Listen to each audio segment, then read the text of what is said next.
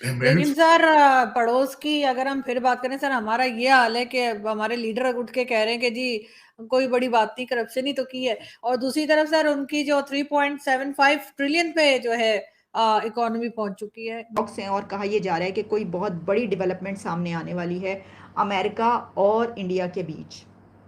कोई बड़ी खबर ब्रेक होने वाली है। अब वो उनके विजिट से पहले होगी, उनके प्राइम मिनिस्टर मोदी के अमेरिका के विजिट से पहले होगी या बाद में या उस वक्त, वो तो हम देखेंगे, लेकिन हो सकता है पहले हो जाए, क्योंकि ये कहा जा रहा है कि हो सकता है इन्हीं दिनों में उनके विजिट से पहले कोई बड़ी डील या बड़ी कोई खबर जो है वो ब्रेक हो। दारुल रियाद है, जहां पर सनेचर यानी हफ्ते और इतवार को होने वाली 10वीं 2 रोजा अरब चीन बिजनेस कॉन्फ्रेंस हुई।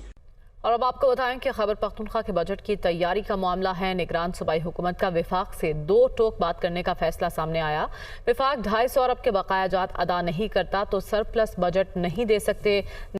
अमरीकी रुकनी कांग्रेस एल ग्रीन ने कांग्रेस की फाइनेंस कमेटी के सामने पाकिस्तान की इमदाद का मसला उठा दिया। अमरीका पर जोर दिया कि वो पाकिस्तान को IMF और आलमी बैंक की जानिब से इमदाद की फराहमी में किरदार अदा करे। भारत की आरजू उनकी इकानमी अब नहीं रुक सकती। वो इकानमी मैं मैं मैं कहता हूँ जिनका कबाड़ भी बिक रहा है अब उनका इंडिया का, वो इस तरह कि रशिया ने जो टैंक बेचे थे वापस खरीद रहा है उनसे, बर्मा से और इंडिया से जो उन्होंने रशियन टैंक बेचे थे बहुत पुराने अरसे में, अब उनके पार्ट और दूसरी चीजें भारत से वापस ले रहे। वो तो भाई उनका कबाड़ भी बिक रहा है, उनके तो पता नहीं गुड लक ऐसी है उनकी, वो तो तरक्कियों में उनकी तरक्की तो रुके। मैं उससे बढ़ के आज सुबह की जो मेरी खबर थी वो यूपीआई के बारे में थी, जो उनका इलेक्ट्रॉनिक सिस्टम है, कि सऊदी अरेबिया और बहरीन जो है वो भी यूपीआई सिस्टम को जो है वो अडॉप्ट करना चाहते हैं, जिसको यूनाइटेड पेमेंट इंटरफेस कहते हैं। मैं हैरान हूं उनका। और मेरा एक दोस्त है यहाँ पे अमेरिकन, रिसेंटली जर्नलिस्ट, वो आज से 1 महीना पहले भारत गया और भारत से वापस आके उसने अपना एक आर्टिकल लिखा, उसने जर्नलिस्ट ने, आप सरप्राइज, उसने कहा जी कि वहां हर ठेले वाले के पास भी बार कोड है उसका अपना मौजूद है।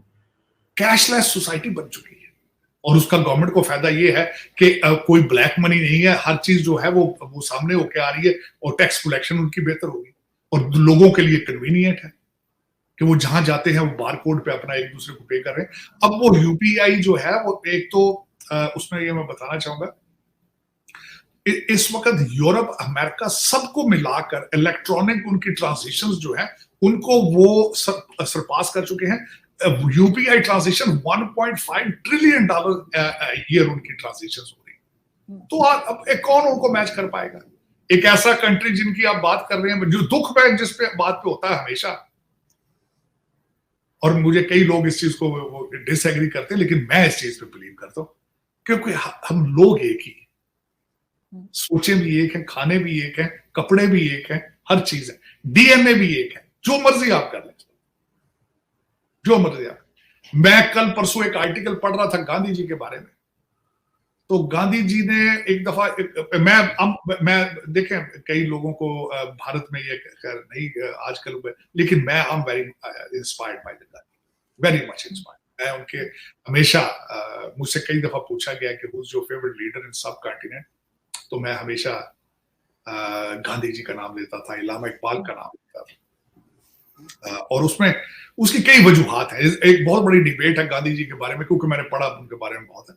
तो वो कहते थे हम सदियों से इकट्ठे रह रहे हैं, सदियों से इकट्ठे रह रहे हैं, हमें हम मेरे पास मजीद आगे रह सकते हैं, इसमें कोई शक नहीं। बल्कि उसमें इसमें कोई शक नहीं है, इस प्रूवन क्या हमारा डीएनए एक है, इसमें कोई शक नहीं। तो लेकिन देखें कि उनकी तरक्कियां, उनकी चीजें जो है वो रिमार्केबल, इसमें कोई शक नहीं है। यहाँ पे अमेरिका में उन्होंने जो नेटो प्लस को डिनाई कर दिया कि हम नहीं जाएंगे। उसके बाद मैंने आपको यूपीआई के बारे में बताया, इकोनॉमी उनकी, मैं उनके बारे में बिल्कुल डिटेल से पढ़ रहा था, रिसेशन प्रूफ है, रिसेशन का कोई बिल्कुल खदशा नहीं है। और मुसलसल ग्रोथ पे, अमेरिका की इकोनॉमी से ज्यादा ग्रोथ पे जा रही है भारत की इकोनॉमी, रिमार्केबल। मैं समझता हूँ इसमें कोई शक नहीं है, इसमें कोई शक नहीं है। और वो कहते हैं ना कि more power to them, more power to them. मैं बिल्कुल इस बात पे मैं यही समझता हूँ कि चलें तरक्की करेंगे, शायद कभी पाकिस्तान भी कुछ लर्न करे उनसे, या उनसे। सर हम कैसे तरक्की करेंगे जब हमारे यहाँ इस वक्त जो बजट आया है उसमें एजुकेशन के 5.5% जो है वो इंक्रीज किया गया है, जबकि डिफेंस बजट 15% बढ़ा दिया, कि इनको लगता है कि डिफेंस ज्यादा जरूरी है। नहीं, डिफेंस तो खैर बहुत ही ज्यादा जरूरी है, लेकिन मैंने आपको हमेशा ये कहा है कि आपके जो एजुकेशन पॉलिसी बनाने वाले हैं, जो एजुकेशन मिनिस्टर हैं या रूलिंग एलीट है, उनके बच्चे तो पढ़ते नहीं ना स्कूलों में। वो तो एचईएसएन पढ़ते हैं या अमेरिका और इंग्लैंड में पढ़ते हैं, तो उनको क्या जरूरत है भाई पॉलिसी आपको बजट बनाने की एजुकेशन का। आपके जो इस्लामाबाद में या लाहौर में या जितने आपके कैपिटल्स में बैठे हुए हैं, पेशावर जैसा, वो तो सबके बच्चे तो बाहर पढ़ रहे हैं, वो क्यों करेंगे? ये तो जो बेवकूफ जाके जलसों में और जो चढ़ गए थे जीएचक्यू के ऊपर, ये तो वो जो बेवकूफ जा कोर कमांडरों के घरों में घुसे थे जाए, इनको पढ़ाने की क्या जरूरत? बल्कि अगर वो पढ़ जाएंगे तो इनके लिए जलसों में कौन निकलेगा भाई? इनके जुलूस कौन भरेगा भाई? अगर वो पढ़ जाए तो अमीरुल मोमिनीन का कौन जाके मुर्शद का गेट चूमते हैं, जाके भाग के कहते हैं ये 21st सेंचुरी का पैगंबर है। अगर वो पढ़ जाए तो फिर वो कौन इनका कारोबार चलाएगा? ये तो इंटेंशनली चाहते हैं कि ये इसी तरह जलील होते रहे, धक्के खाते रहे। लेकिन सर डिफेंस बजट इतना बढ़ाने की क्या जरूरत है? ऐसा कौन सा खतरा है हमको, सिवाय वो टीटीपी के? इंडिया तो लिफ्ट ही नहीं करा रहा कोई, मतलब जंग वंग तो दूर की बात है। देखें, जंग आपकी एस्टेब्लिशमेंट जंग के लिए थोड़ी है वो रखी। आप ये बताएं ना मुझे, आप 76 साल से जर्सियों पे चल रहे हैं। आप तो, मेरा मकसद है, देखिए 7 लाख फौज है, वो घर भेज देंगे, फिर एक नया मसला शुरू हो जाएगा। आपने फीड तो करना है उनको। देखिए 7 लाख फौज है, मैं ठीक है, आप फौज का बजट कट करके कहते हैं कि 2 लाख फौजी निकाल लेते हैं, और ट्रेन है भाई, वो क्या करेंगे सोसाइटी के अंदर? फिर क्राइम शुरू हो जाएंगे। देखिए, अगर देखा जाए तो आप फौज को आप स्लोली ग्रेजुअली किसी प्रोसेस से नीचे ला सकते हैं, वो भी अगर आप लाना चाहें तो आपकी ख्वाहिश हो, जो कि टेबल पर नहीं है, दोनों मुमालिक जो है उन्होंने अपने ताल्लुकात को एक नई समत देने की कोशिश की है। आपको याद होगा कि सऊदी अरब इस वक्त 2030 विजन के ऊपर काम कर रहा है, नए शहर आबाद किए जा रहे हैं, नई टेक्नोलॉजी मुतारिफ करवाई जा रही है। तो इस कॉन्फ्रेंस में दोनों मुमालिक के दरमियान कोई $10 अरब के 30 मुआहिदों पर दस्तखत किया गया। $10 अरब के मुआहदे। हाँ, चीन के पाकिस्तान के साथ भी हैं, सीपैक का एक बहुत बड़ा मुआहदा है, अरबों डॉलर्स का मुआहदा है। लेकिन ये जो हालिया हुआ है ना, इससे गुज़श्ता हफ्ते वज़ीर आज़म नरेंद्र मोदी जो भारत के हैं और सऊदी अरब के वज़ीर आज़म मोहम्मद बिन सलमान ने फोन पे बातचीत भी की थी, जिसके दौरान दोनों रहनुमाओं ने 2 तरफा ताल्लुकात का जायजा लिया था।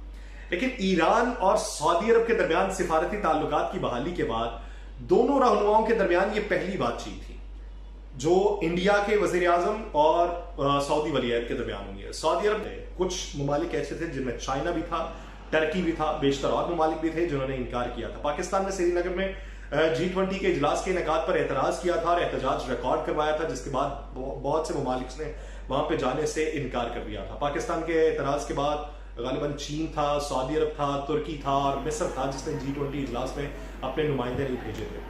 रवां साल जो G20 की सदारत है वो इंडिया के पास है और इसकी सरबराही इजलास नवंबर के महीने में नई दिल्ली में होना है। लेकिन उससे पहले एक खैर सगाली का इजलास बुलाया गया था जहां पे नहीं भेजा गया। अरब चीन सरबराही इजलास के दौरान सऊदी वजीर तवानाई जो है वो शहजादा अब्दुल अजीज बिन सलमान है। उन्होंने दोनों ममालिक के ताल्लुकात पे मगरबी तनकीद के बारे में भी उनसे सवाल किया गया तो उन्होंने उसे मुस्तरद कर दिया। उनका कहना था कि मैं इसे नजरअंदाज करता हूं। मगरिब अगर कोई बात करता है तो हमारे यहाँ अपने सिफारती ताल्लुकात है, हमारे अपने रुझानात हैं, हम उसके मुताबिक अपने मुल्क को आगे बढ़ाएंगे।